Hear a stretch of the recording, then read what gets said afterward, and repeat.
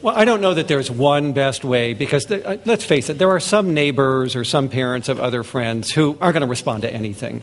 And they don't want your kid around. And it's best that your child find another set of friends or stay away from that home. They don't need to be hearing that stuff.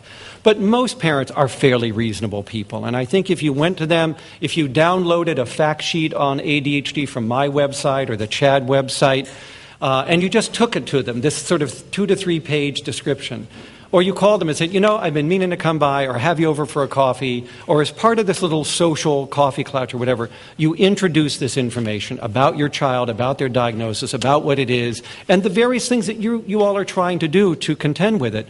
I think you might find these people being more compassionate than they ordinarily would. They're probably laboring under a lot of misimpressions that the public has anyway, that your child could be better, this is your fault, it's a result of parenting.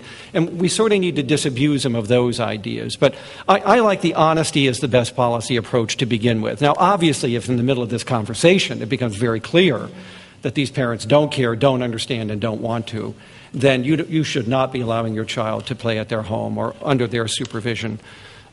Feel free to invite their child over to your house if they'll allow it, but I still think informing the public.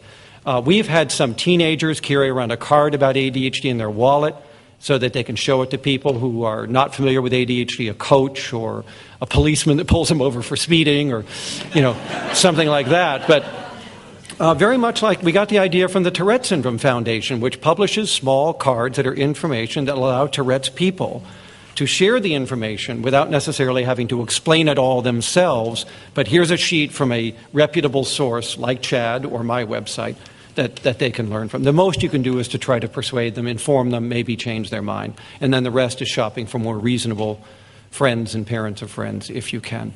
Now, some people ask, well, my child doesn't have an awful lot of friends. What can I do to try to improve that? Make your house the best place to play on the street. It's bribery, but I don't care how you do it.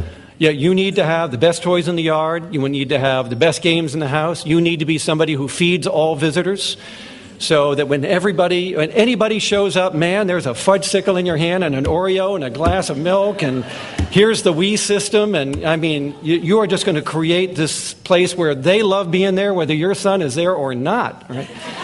And hopefully some of these friendships will stick or take, or they'll be a little more forgiving of your child's immaturities because you're such a great place to be.